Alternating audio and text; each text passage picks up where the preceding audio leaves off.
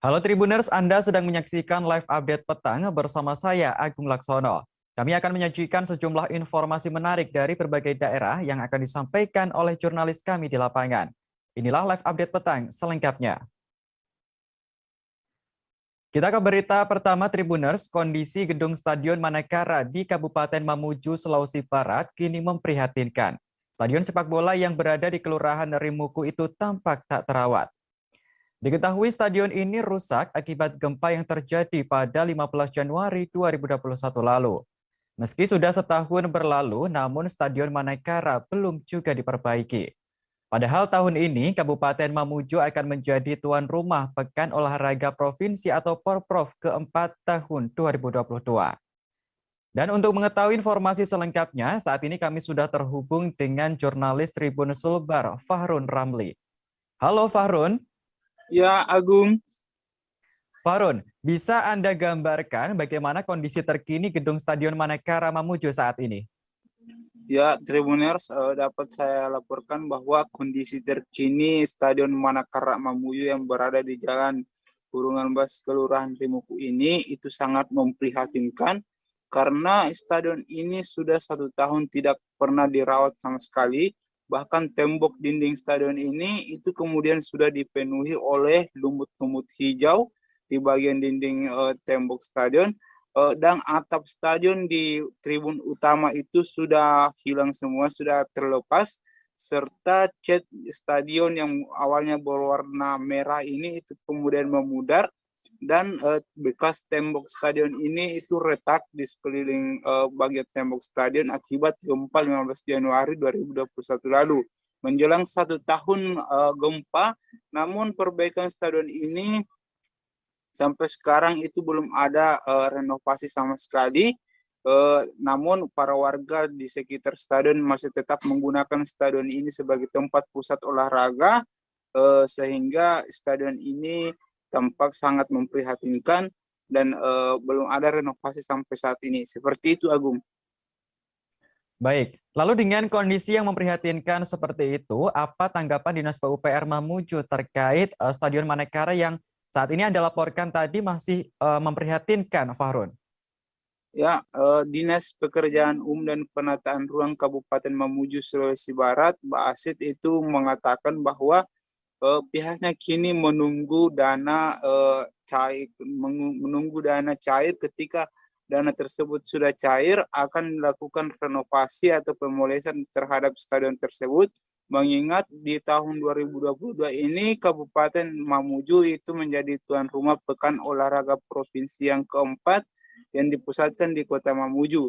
Fasilitas kata Basit, fasilitas gedung olahraga ini termasuk Stadion Manakara itu kemudian akan direnovasi pada bagian tribun utama, di mana tahap perbaikannya itu dimulai dari atap stadion yang kemudian dibangun kembali, serta tembok-tembok stadion yang retak akan diperbaiki.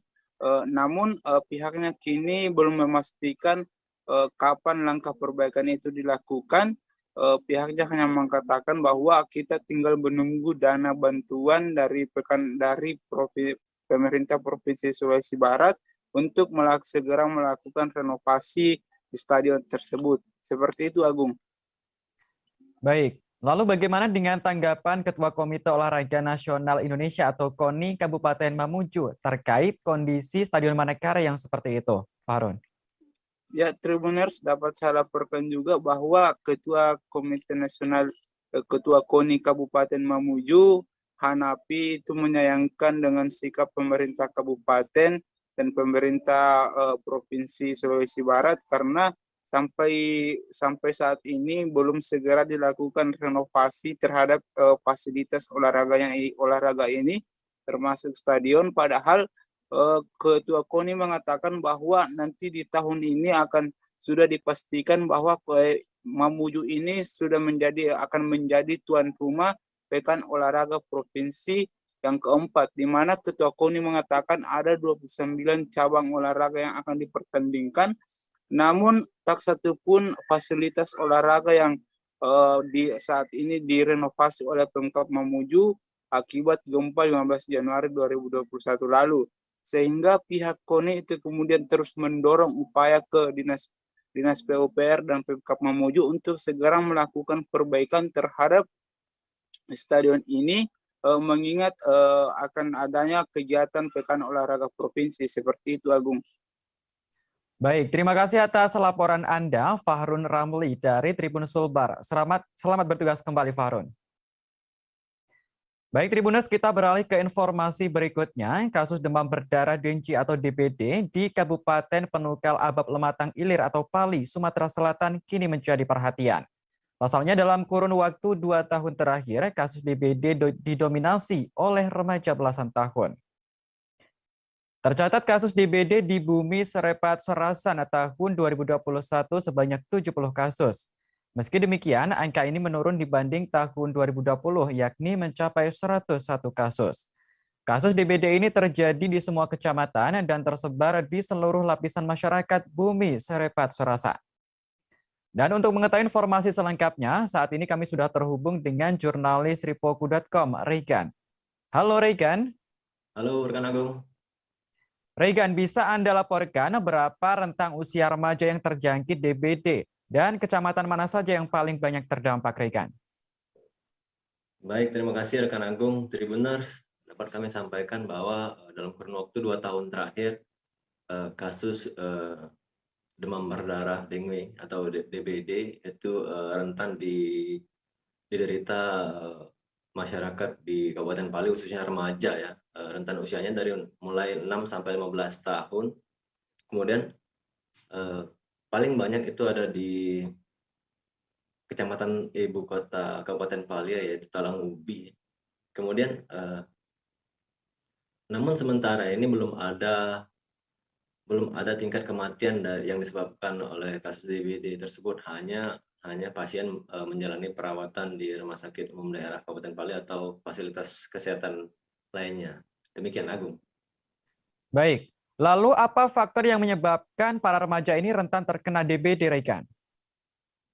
Baik, PLT Kepala Dinas Kesehatan Kabupaten Pali, Dr. Zamir Alpi, menyebutkan bahwa pola hidup remaja khususnya di Kabupaten Pali, khususnya remaja ya, maksud kami itu yang suka berkumpul, baik beraktivitas maupun belajar mengaji atau belajar kelompok maupun berkumpul untuk sekedar bermain game dan beraktivitas mulai dari sore hingga malam hari, di mana diketahui nyamuk Aedes aegypti tersebut sangat mulai beraktivitas juga, sehingga masyarakat yang notabene remaja itu sangat rentan terkena gigitan nyamuk tersebut. Agung. Baik, lalu bagaimana dengan upaya pemerintah daerah setempat untuk menekan angka DBD ini, Regan? Baik, Dinas Kesehatan Kabupaten Pali dan dibantu dengan TNI Polri serta komunitas Jumantik ya. Selain menggalakkan penyemprotan disinfektan maupun vaksinasi, juga saat ini masyarakat juga menggalakkan fogging yang guna menghindari nyamuk Aedes aegypti tersebut berkembang biak di tengah lingkungan masyarakat. Karena saat ini meskipun sampah-sampah tersebut sudah diangkut oleh pihak dinas terkait juga, pola hidup warga juga, namun terutama di lingkungan sangat berpengaruh ya, dan menjadi sorotan saat ini di Bumi Serepat Serasan, sehingga bagi warga sendiri yang apabila sudah dirasakan dengan bertebaran nyamuk maupun sampah, bisa minta di fogging melalui RT ataupun lurah setempat. Kemudian juga masyarakat juga diimbau untuk tetap menjaga lingkungan sekitarnya ya. Bahkan apabila ada sampah yang berpotensi untuk menimbulkan genangan air, diharap juga untuk dikubur maupun dibakar ya, sehingga mengurangi risiko nyamuk berkembang biak di tengah lingkungannya. Demikian, Agung. Baik, terima kasih atas laporan Anda, Regan dari Sripoku.com. Selamat bertugas kembali, Regan. Kita beralih ke informasi berikutnya, Tribuners. Polisi berhasil meringkus pelaku pencurian alat pemberi isyarat lalu lintas atau APIL di Simpang 4, Wirosaban, Umbul Harjo, Kota Yogyakarta pada Sabtu 8 Januari lalu. Pelaku yang berinisial FE kini telah ditetapkan sebagai tersangka. Dan dalam melancarkan aksinya ini, FE melakukan penyamaran hingga aksinya tidak diketahui orang lain. Aksi pencurian ini rupanya bukan yang pertama kali dilakukan oleh FE. Tersangka bahkan sudah melakukan aksi serupa di 7 titik yang tersebar di wilayah Yogyakarta. Dan untuk mengetahui informasi selengkapnya, saat ini kami sudah terhubung dengan jurnalis Tribun Jogja, Miftahul Huda. Halo Huda. Halo rekan Agung. Huda, bisa Anda laporkan bagaimana kronologi penangkapan tersangka pencurian lampu apel tersebut, Huda? Baik, kronologi penangkapan itu bermula adanya laporan dari salah satu warga ya yang mengunggah ke media sosial bahwa terjadi pencurian lampu apil di Simpang 4 Wirosaban dan oleh Dishub Kota Yogyakarta dilaporkan ke pihak kepolisian dan tidak butuh waktu selama 1 minggu ya karena hanya 4 hari pihak kepolisian berhasil meringkus tersangka FE di rumah saudaranya yang berada di kawasan Umbul Harjo dan di rumah saudaranya itu pihak polisi mendapati beberapa barang bukti hasil curian diantaranya 1 set lampu apil, 1 set warning lamp dan juga beberapa tiang yang itu menjadi isyarat atau pemberi isyarat lalu lintas. Agung. Baik, lalu modus apa yang dilakukan oleh tersangka saat melakukan pencurian lampu apil itu, Huda? Baik, dari keterangan kepolisian bahwa tersangka FE menyamar sebagai pegawai Dinas Perhubungan Kota Yogyakarta sehingga dalam aksinya tidak ada kecurigaan sama sekali dari masyarakat sebab FE sangat lihai dalam menutupi penyamarannya, Agung. Baik, lalu untuk tersangka ini kan sudah beberapa kali melancarkan aksinya yang mencuri lampu apil tersebut. Lalu bagaimana dengan hasil barang curian yang dilakukan oleh tersangka itu, apakah sudah laku dijual? Begitu, Huda? Ya, dari hasil penyidikan sementara ini pihak kepolisian masih belum menemui apakah barang-barang hasil curian itu sudah dijual. Namun dari keterangan tersangka memang FE ini sudah menawarkan hasil curiannya itu ke media sosial melalui Facebook. Demikian, Agung. Baik, lalu bagaimana dengan upaya Dinas Perhubungan Kota Yogyakarta setelah kejadian pencurian lampu apil ini, Huda? Ya, tentunya Dishub Kota Yogyakarta menjadikan momen ini sebagai evaluasi ya dan berdasarkan keterangan dari Kabid Lalu Lintas Dishub Kota Yogyakarta Windarto memang mengungkapkan ini menjadi catatan penting bagi Dishub agar melakukan evaluasi diantaranya lebih menguatkan lagi konstruksi dari lampu apil agar tidak dicuri itu kemudian hari. Demikian, Agung. Baik, terima kasih atas laporan Anda, Miftahul Huda dari Tribun Jogja. Selamat bertugas kembali, Huda. Dan terkait hal ini, jurnalis kami juga telah melakukan wawancara dengan Kasat Reskrim Polresta Yogyakarta. Berikut liputannya untuk Anda. Selamat siang, salam sejahtera untuk kita semua. Terima kasih pada rekan-rekan media telah hadir di Polresta Yogyakarta. Pada kesempatan ini, Satreskrim Polresta Yogyakarta akan merilis pengungkapan kasus tindak pidana pencurian apil. Di sebelah kanan saya Bapak Kasat Reskrim Polresta Yogyakarta, Kompol Andika Doni Hendrawan, dan di sebelah kanan saya lagi Bapak Windarto, perwakilan dari Dinas Perhubungan Kota Yogyakarta. Selanjutnya untuk mempersingkat waktu, bagaimana kronologis penangkapan dan pengungkapan kasus tersebut akan dijelaskan oleh Bapak Kasat Reskrim. Terima kasih.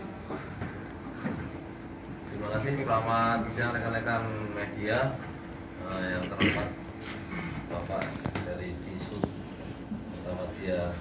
Jakarta, rekan-rekan semua wartawan.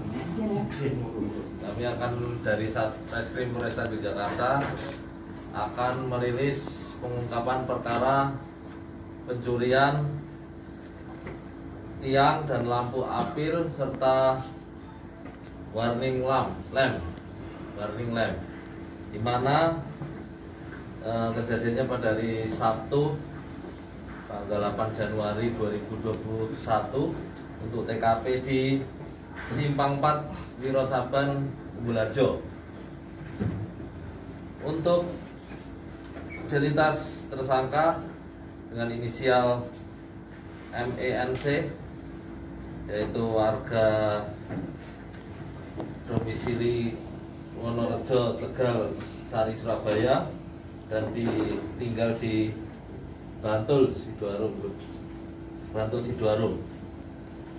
Untuk modus operandi tersangka, yaitu tersangka mengaku sebagai pegawai. Baik Tribuners, kami masih akan segera kembali dengan berita menarik lainnya setelah jeda iklan berikut ini. Oke, apa kabar Bang Arifki di sini untuk strateginya? Kalau saya sendiri di Gimik 37 ini yang semalam baru mulai, saya udah sebenarnya aku nggak ngerasa itu penangkapan atau penggerebegan atau apapun itu, karena gini loh, posisinya aku kriteria. Jadi kita mengenal disebut dengan stroke yang tidak berdarah dengan stroke yang berdarah.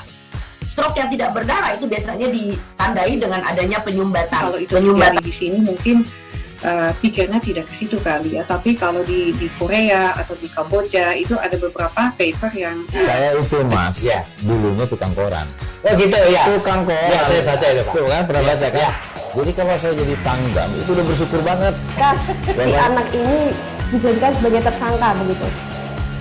Ya, kalau ini kita bicara yang di luar kasus Sebongombo ya. Dengan nama hujan shower, di mana terdapat batas jelas antara daerah hujan dan tidak hujan yang biasanya terjadi pada fase awal mature stage atau tahap berbahaya dewasa. itu Kang. Jadi mulai artinya terjadinya perlembekan. Nah itu untuk penetrasi akan sulit gitu ya. Dok, saya ini menurut saya memang tidak mudah, bukan urusan tanah diambil. Kalau misalnya Amerika Serikat sekarang, Rasulullah mengatakan dalam sebuah hadis bahwa berpuasa di 6 hari Syawal itu. Oke, apa kabar Bang Arifki di sini untuk strateginya?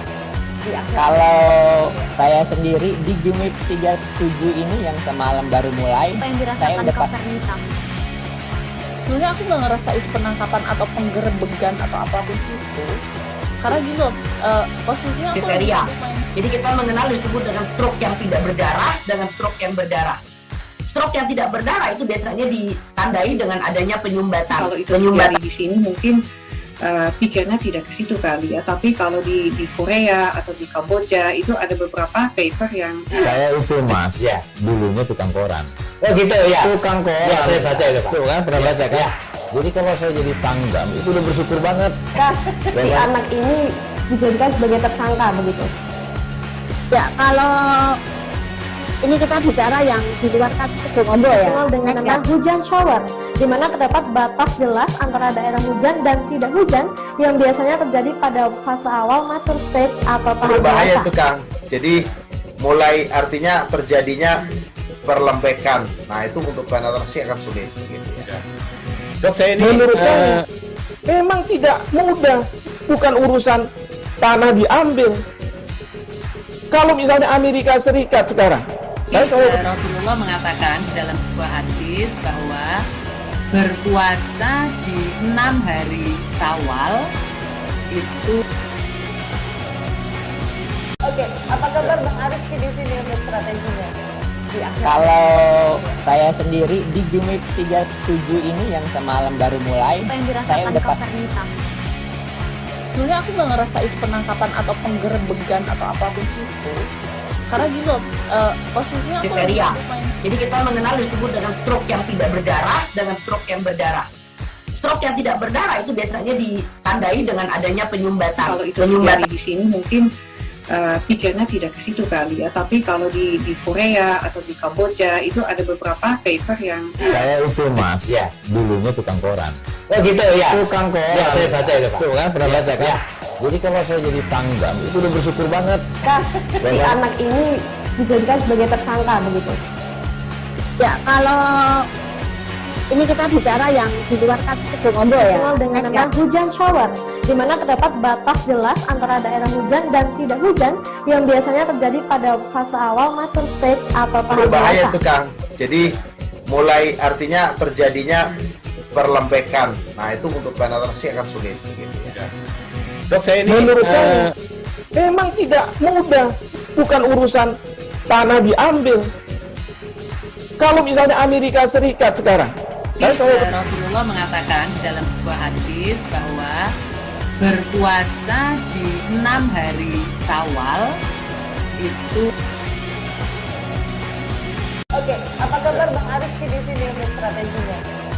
Kalau saya sendiri di Gumip 37 ini yang semalam baru mulai, saya udah pas. Sebenarnya aku nggak ngerasa itu penangkapan atau penggerebegan atau apapun itu. Karena gini loh, posisinya aku kriteria. Jadi kita mengenal disebut dengan stroke yang tidak berdarah dengan stroke yang berdarah.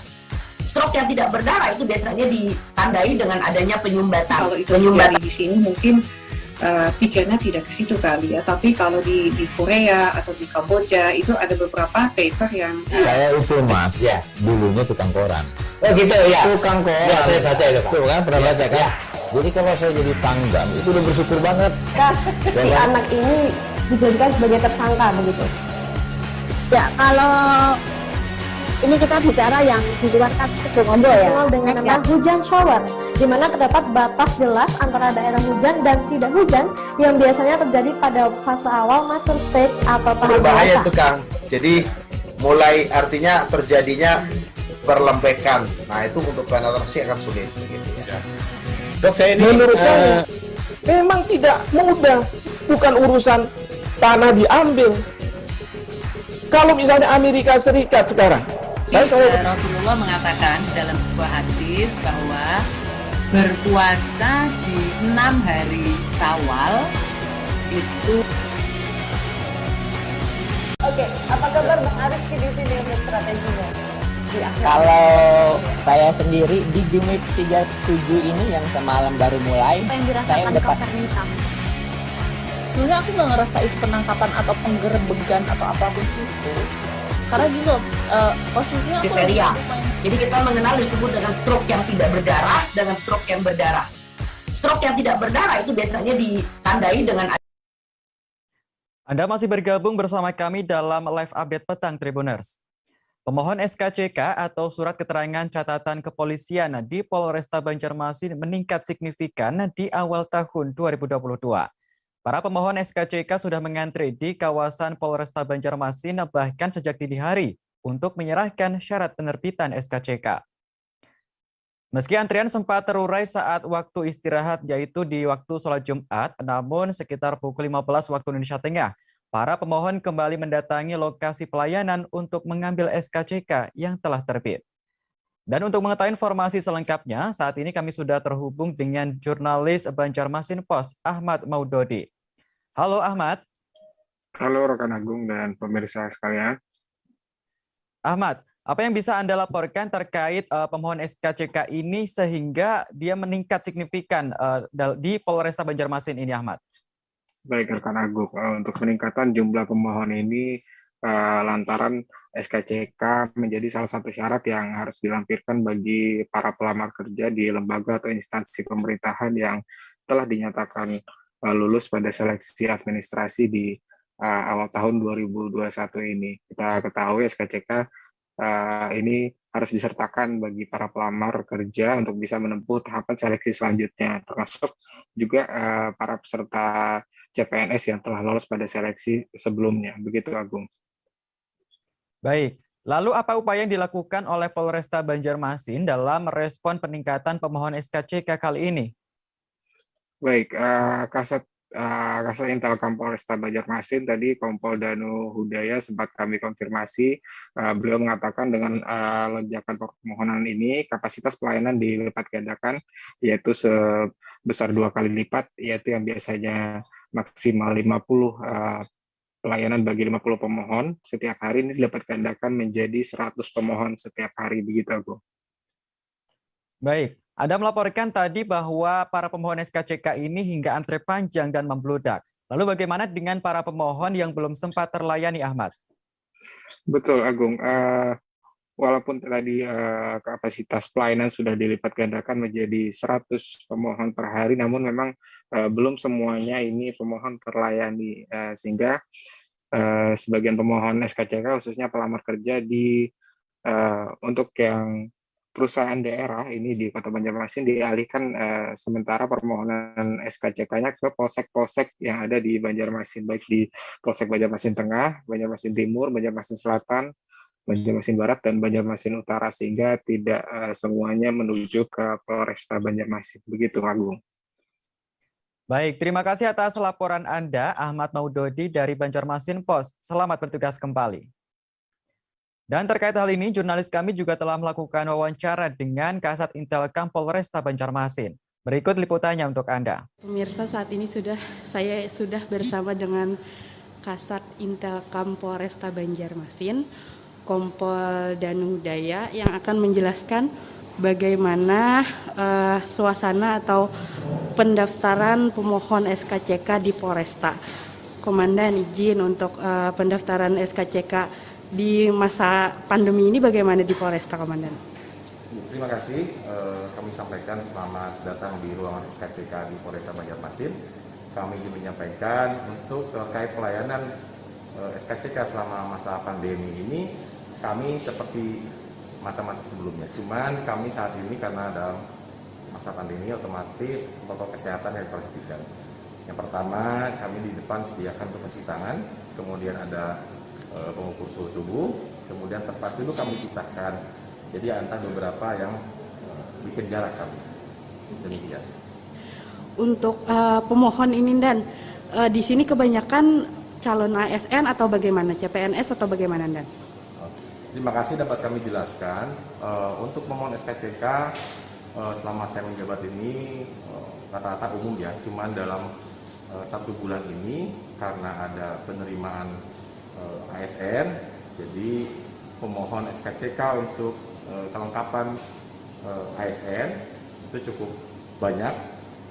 Sehari kami biasanya dalam masa pandemi kemarin itu bukan membatasi ya, kita karena masa pandemi 50 orang kita melayani 1 hari, karena ini ada lonjakan pemohon dari untuk kelengkapan ASN, kami naikkan menjadi 100. Jadi cukup banyak lah untuk pemohon ada di Polresta Banjarmasin. Oke, untuk proses pembuatannya, Komandan, bagaimana? Seberapa lama begitu? Kalau waktu penyelesaian pembuatan SKCK itu untuk baru 10 menit, SKCK perpanjangan 10 menit, kemudian SKCK baru online, perpanjangan online juga 10 menit. Apabila yang bersangkutan sudah lengkap kelengkapannya. Oke. Nah, tadi ada informasi baru tentang pemohon SKCK yang Kita beralih ke informasi berikutnya, Tribuners. Pembangunan Stadion Megah Jakarta International Stadium atau JIS kini sudah memasuki tahap akhir. Sejumlah sarana dan fasilitas yang menunjang kelengkapan stadion kini sudah mulai terpasang. Bahkan masyarakat umum nantinya bisa melihat langsung kemegahan stadion ini meski belum diresmikan. Dan informasi selengkapnya akan disampaikan oleh jurnalis Tribun Jakarta, Nur Indah. Halo Indah. Halo rekan Agung dan Tribuners. Indah, bisa Anda laporkan bagaimana perkembangan pembangunan JIS saat ini, Indah? Baik, bisa disampaikan bahwa perkembangan JIS atau Jakarta International Stadium saat ini sudah masuk dalam pekan ke-123, di mana memang pembangunan ini sudah mencapai 93,85%. Dan nantinya JIS sendiri akan di soft launching pada Februari 2022 mendatang. Kemudian nantinya diharapkan oleh manajer proyek JIS sendiri bahwa rampungnya pengerjaan ini atau mencapai 100% ini akan dilakukan pengujian pada bulan Maret 2022 mendatang. Seperti itu, Agung. Baik, lalu terkait dengan fasilitas dan juga kelengkapan stadion ini kan sudah lengkap. Dan apa yang selanjutnya akan dilakukan oleh pengelola, termasuk ini ada kabar juga terkait dengan dibukanya masyarakat umum bisa memasuki wilayah Stadion JIS ini, dan bagaimana mekanismenya, Indah? Baik, memang ada kabar gembira untuk Tribuners maupun masyarakat lainnya bahwa memang pada hari ini atau mulai tanggal 14 Januari hingga nantinya bulan Maret 2022 mendatang, JIS membuka untuk kunjungan umum. Nantinya pihak pengelola menyediakan link untuk para masyarakat mengisi link tersebut, kemudian nantinya akan diatur jadwalnya, di mana memang dari 93,85% yang sudah tercapai dalam pembangunannya sudah ada green zone atau red zone. Nantinya bagian green zone atau zona hijau ini bisa dikunjungi oleh masyarakat. Kemudian tadi saya bersama awak media yang lain pun telah melakukan kunjungan di Stadion JIS, di mana memang terlihat beberapa tempat sudah rapi seperti itu. Kemudian ada juga ruang kompres yang memang bak bioskop seperti itu, Agung. Baik, Stadion Kebanggaan Ibu Kota ini kan nantinya akan disebut sebagai Stadion Kebanggaan Warga Ibu Kota dan disebut juga sebagai stadion termegah di Jakarta. Lalu sebenarnya apa keunggulan yang dimiliki oleh Jakarta International Stadium ini, Indah? Bisa disampaikan bahwa JIS ini memang digadang-gadang menjadi yang terbesar karena memiliki berbagai keistimewaan. Adapun keistimewaannya seperti menggunakan rumput berstandar FIFA atau rumput hybrid, di mana 95%-nya ini merupakan rumput alami dan 5%-nya merupakan rumput sintetis. Kemudian atap pada Stadion JIS ini memang nantinya bisa dibuka tutup sehingga sesuai dengan tupoksinya. Kemudian nantinya lantaran rumput tadi menggunakan rumput hybrid, jadi ketika rumput tersebut membutuhkan fotosintesis, maka atap transparan ini bisa terbuka atau cahaya matahari bisa menyerap di atap transparan ini. Kemudian stadion ini memang digadang-gadang memiliki multifungsi seperti itu, Agung, yang nantinya tidak hanya pertandingan sepak bola saja yang akan digelar atau bisa dilaksanakan di JIS, namun event-event besar lainnya seperti konser musik juga bisa diselenggarakan di sini. Kemudian bisa disampaikan juga bahwa menurut pihak Jakpro nantinya akan mengundang boy band Korea yakni BTS untuk menggelar konser musik di JIS. Seperti itu, Agung. Baik, terima kasih atas laporan Anda, Nur Indah dari Tribun Jakarta. Selamat bertugas kembali, Indah. Dan terkait hal ini, jurnalis kami juga telah melakukan wawancara dengan manajer proyek JIS. Berikut liputannya untuk Anda. TFI, ini atap transparan ya, yang kemarin setelah dipasang atap metal sheet, sekarang kita tengah memasang atap membran ITFI. Dan juga karena stadion ini memiliki fitur atap buka tutup, maka saat ini juga sedang dikerjakan untuk proses instalasi untuk frame atau rangka atap buka tutupnya. Harapannya nanti pekerjaan ini semua selesai ya, terinstal dengan baik, semua sistem bisa dilakukan kemudian dan bisa difungsikan ini bulan Maret ya, targetnya pertengahan Maret ini sudah bisa bekerja. Untuk mesin sudah naik, jadi stadion kita sudah bisa buka tutup. Kemudian yang tak kalah penting bagi yang fasad ya, tadi teman-teman barangkali sudah bisa melihat bagian paling besar dari rem barat ini masih kita bisa melihat kulit bangunan atau selubung.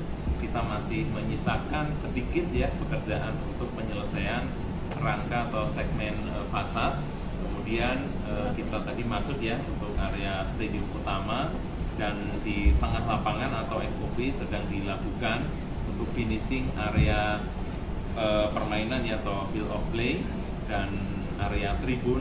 Hingga saat ini kita sudah terpasang 30-an ribu kursi tribun reguler, baik itu di tier 1, tier 2, tier 3 itu kita sebar. Nanti harapannya di bulan Februari instalasi kursi penonton ini sudah selesai 100%. Kemudian fasilitas lain seperti lampu.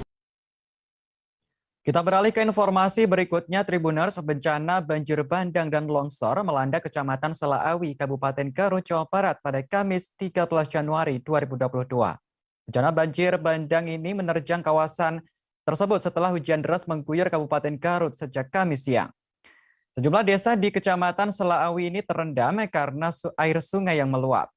Dan informasi selengkapnya akan disampaikan oleh jurnalis Tribun Jabar, Sidki Al-Ghifari. Halo Sidki.